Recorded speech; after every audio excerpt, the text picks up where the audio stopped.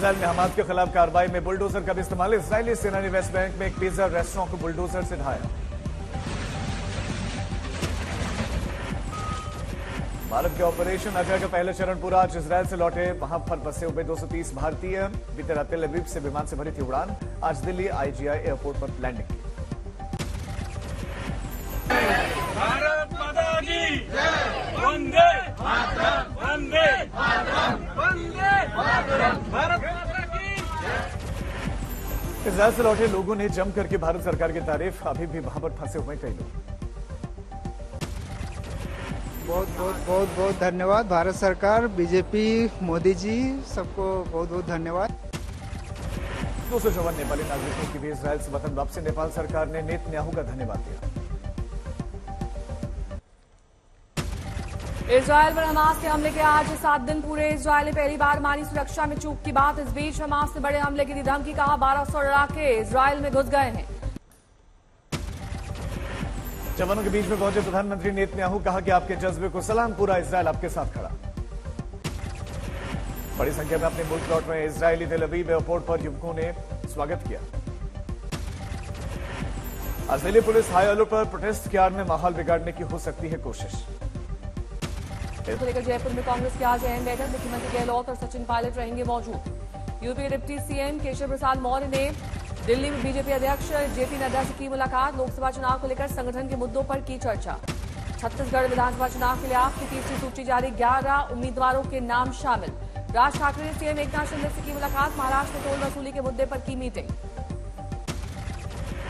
शरद पवार के भतीजे अजीत पवार पर कसा तंज। बोले कभी नहीं बन पाएंगे मुख्यमंत्री, ये एक सपना है।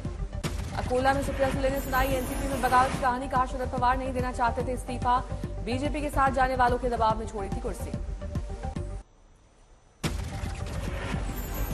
इजरायल हमास जंग पर आज तक से बोले अखिलेश यादव। कहा कि हम लड़ाई के खिलाफ हैं, इसका बहुत पुराना इतिहास है। हमारा सिद्धांत है किसी को नहीं हो नुकसान।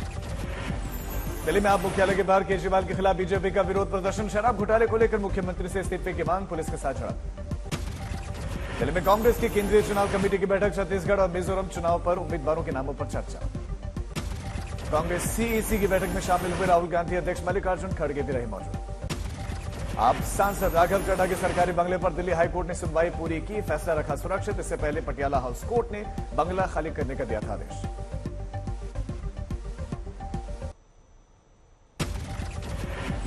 विदेश मंत्री एस जयशंकर को अब जेड कैटेगरी सुरक्षा मिली। सूत्रों के मुताबिक आईबी की थ्रेट रिपोर्ट के आधार पर फैसला। गृह मंत्रालय ने अजीत जोगी के बेटे अमित जोगी को जेड कैटेगरी सुरक्षा दी। आईबी रिपोर्ट के आधार पर फैसला। बिल्किस बानो केस में सुप्रीम कोर्ट ने फैसला रखा सुरक्षित। दोषियों को मिली छूट के खिलाफ दायर की गई थी अर्जी। जेडीयू के प्रदेश उपाध्यक्ष ललन पासवान ने पार्टी से दिया इस्तीफा। कई दिनों से चल रहे थे नाराज।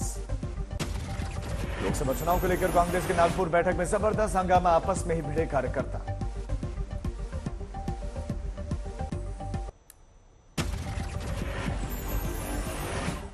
लखनऊ में सीएम योगी के अधिकारियों के साथ अहम बैठक। उत्तर प्रदेश में कानून व्यवस्था की समीक्षा। उज्जैन में बीजेपी महासचिव कैलाश विजयवर्गीय ने पढ़ाया कार्यकर्ताओं को जीत का पाठ। कहा सभी कार्यकर्ता एक हैं और पार्टी के लिए सभी करेंगे काम। जातिगत जनगणना को लेकर बिहार के पूर्व मंत्री और बीजेपी विधायक नीरज कुमार ने बताया फर्जी। कहा इसे लालू प्रसाद के दबाव में लाया गया है। रायपुर में कांग्रेस की प्रेस कॉन्फ्रेंस। पवन खेड़ा ने कहा छत्तीसगढ़ में किसानों के हित में काम प्रधानमंत्री को नहीं दिखता है। नंदीग्राम पहुंचे नेता विपक्ष और बीजेपी नेता शुभेंदु अधिकारी। हल्दी नदी से हुए भूमि कटाव का लिया जायजा। बिहार के नौगछिया में बीजेपी कार्यकर्ता पर केस दर्ज करने पर एसडीओ पर खूब बरसे केंद्रीय मंत्री अश्विनी चौबे। कहा चुप रहो यार, मुझे सब मालूम है, तमाशा बंद करो। रोहतक में सीएम योगी और आरएसएस प्रमुख मोहन भागवत पहुंचे। योग गुरु ने धार्मिक मठ के कार्यक्रम में की शिरकत। बाबा रामदेव ने कहा देश को नंबर 1 आर्थिक शक्ति बनने का 2047 तक इंतजार नहीं करना चाहिए, 2035 में ही बन सकती है बड़ी शक्ति। गाजियाबाद में सीएम योगी ने देश की पहली रैपिडेक्स के लिए पीएम के कार्यक्रम का लिया जायजा। जनसभा स्थल में तैयारियों का भी योगी ने किया निरीक्षण। जम्मू कश्मीर में इस साल अब तक मारे गए 53 आतंकी, इसमें 40 पाकिस्तानी आतंकी शामिल। माफिया अतीक के दोनों बेटों की रिहाई का जश्न मनाने वालों पर कसेगा शिकंजा। तलाश में जुट गई है पुलिस। अटारी बॉर्डर पर पकड़े गए 11 बांग्लादेशी, इनमें से 3 महिलाएं 3 बच्चे हैं। पुलिस कर रही है मामले की जांच। गंगानगर बॉर्डर पर अलर्ट। बीएसएफ के जवानों ने पाकिस्तानी ड्रोन को मार गिराया। ड्रोन के करीब 2.25 किलो हेरोइन बरामद। बेंगलुरु में कांग्रेस के पूर्व कॉर्पोरेटर और रिश्तेदारों के घर पर देर तक इनकम टैक्स की छापेमारी। भारी संख्या में कैश बरामद।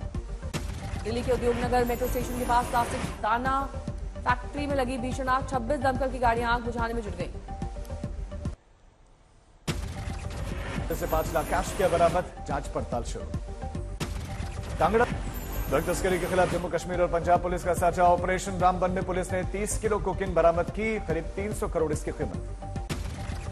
ड्रग्स रैकेट की जांच की पड़ताल के दरमियान करीब 5 करोड़ कैश भी बरामद हुआ, पेडलर भी गिरफ्तार। रामबन पुलिस ने निभाई अहम भूमिका, जम्मू कश्मीर के डीजीपी दिलबाग सिंह बोले कि आतंकवाद के नजरिए से 33 साल में सबसे बेहतर रहा 2023।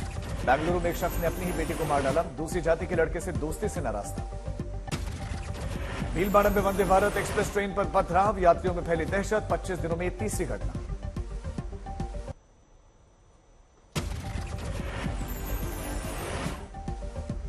वर्ल्ड आर्थराइटिस डे को लेकर एम्स के डॉक्टर्स ने बुलाई कॉन्फ्रेंस, जागरूकता पर दिया जोर।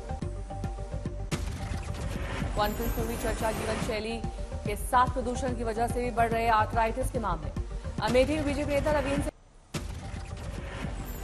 अहमदाबाद में भारत और पाकिस्तान के बीच में क्रिकेट वर्ल्ड कप का महामुकाबला कल। आज खिलाड़ी नरेंद्र मोदी स्टेडियम में बहाएंगे पसीना।